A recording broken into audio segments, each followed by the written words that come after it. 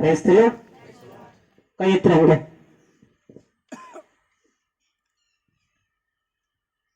ಕ್ರೈಸ್ತರು ಕೈ ಎತ್ತರಿ. Hallelujah. So ನಾವು ಸ್ವಸ್ಥವಾಗಬೇಕಾದ್ರೆ ಏನ್ ಮಾಡ್ಬೇಕಂತ ವಾಕ್ಯ ಹೇಳಿದ್ರೆ ಎಲ್ಲಾ ವಿಷಯದಲ್ಲಿ ಆರಾಮಾಗಿರ್ಬೇಕಂತಂದ್ರೆ ಡಾಕ್ಟರ್ ಹತ್ರ ಹೋಗ್ಬೇಕಾಗಿಲ್ಲ. Price the lord. ನಮ್ಮ ದೇವರ ಆರೋಗ್ಯದಾಯಕವಾದಂತ ದೇವರು ನನ್ನನ್ನು ದೇವರು ಹಾಕಿದ್ದಾರೆ. Hallelujah. Praise the Lord. Hallelujah. ಓದ್ರಿ ವಾಕ್ಯ ಓದ್ರಿ.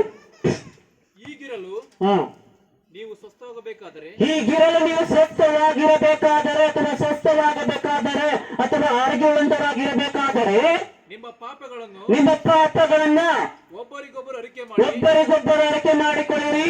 ಒಬ್ಬರಿಗೋಸ್ಕರ ಒಬ್ಬರು ದೇವರನ್ನು ಪ್ರಾರ್ಥಿಸಿರಿ. ಎಷ್ಟು ಜನ ಪ್ರೇಯರ್ ಮಾಡ್ತಾ ಇದ್ದೀರಿ? ದೇವರಿಗೋಸ್ಕರ ಸುಮ್ಮನೆ ಕೈ ಎತ್ತಬಾರ್ದು.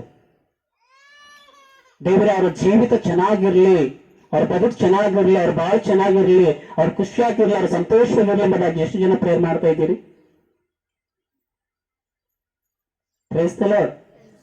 ನನ್ನ ಲೈಫ್ ನಾನು ಬೇಡ್ಕೊಂಡಿರೋದು ಏನಂತಂದ್ರೆ ಪ್ರಾಯರಲ್ಲಿ, ದೇವರೇ ನಿನ್ನ ಸೇವೆಗಾಗಿ ನೀನು ಉಪಯೋಗಿಸ್ಕೊಳ್ಳು. ಮೊದಲಿಗಾಕಿ ನನಗೆ ಒಂದು ಗಂಡು ಮಗನ ಕೊಡು, ಎರಡನೇದಾಕಿ ಒಂದು ಹೆಣ್ಣು ಮಗನ ಕೊಡು ಅಂತ ಇಷ್ಟ ಬೇಡ್ಕೊಂಡೆ ನಾನು. Praise the Lord.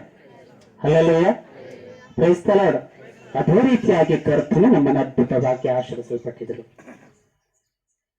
ಹಲ್ಲೆಲೂಯಾ. ನಾವೇನ್ ಮಾಡ್ತೀವಿ, ಬೇರೆಯವ್ರಿಗಿಂತಲೂ ನಮಗೋಸ್ಕರ ಜಾಸ್ತಿ ಬೇಡ್ಕೊಳ್ತೇವೆ ನಾವು. ದೇವರೇ ಅವ್ರನ್ನ ಸೇವೆ ಮಾಡ್ತಿದ್ದಾರೆ, ನಾನು ಅವ್ರಿಗಿಂತ ಚೆನ್ನಾಗಿ ಸೇವೆ ಮಾಡ್ಬೇಕು. ಬಿಲಿವರ್ಸ್ ಕಷ್ಟದಲ್ಲಿದ್ದಾರೆ, ದುಃಖದಲ್ಲಿದ್ದಾರೆ, ಕಣ್ಣೀರಲ್ಲಿದ್ದಾರೆ, ನರಕಕ್ಕೆ ಹೋಗ್ತಾ ಇದ್ದಾರೆ ಅಥವಾ ಭಯಂಕರ ಪ್ರಾಬ್ಲಮ್ ಇದ್ದಾರೆ ಅಂತ ಅದು ಭಯ ಇಲ್ಲ. ಈಗ ಜನರಿಗೆ ಏನ್ ಭಯ ಇದೆ ಅಂತಂದ್ರೆ, ನನಗಿಂತಲೂ ಚೆನ್ನಾಗಿ ಬೆಳೆ ಬಿಡ್ತಾರೆ, ನನ್ನ ಸಭೆಗೆ ಬಂದ್ಬಿಟ್ಟು ಅಲ್ಲಿ ಹೋಗ್ತಾರೆ, ಇದು ಭಯ ಶುರುವಾಗಿದೆ. ಹಲ್ಲೆಲೂಯಾ. ದೇವರು ಹೇಳ್ತಾರೆ, ಉಚಿತವಾಗಿ ಹೊಂದಿದ್ದೀರಿ, ಉಚಿತವಾಗಿ ಕೊಡಿರಿ. ಹಲ್ಲೆಲೂಯಾ. ಅಥವಾ ಮಾರ್ಕನ ಬರೆದ ಸುವಾರ್ತೆ 10ನೇ ಅಧ್ಯಾಯದಲ್ಲಿ 8ನೇ ವಚನ ನೋಡ್ರಿ.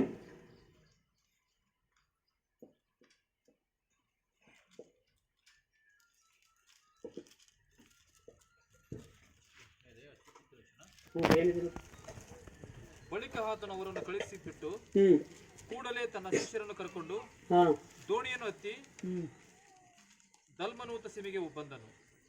ಅದೇ ನೋಡಿ, ಉಚಿತವಾಗಿ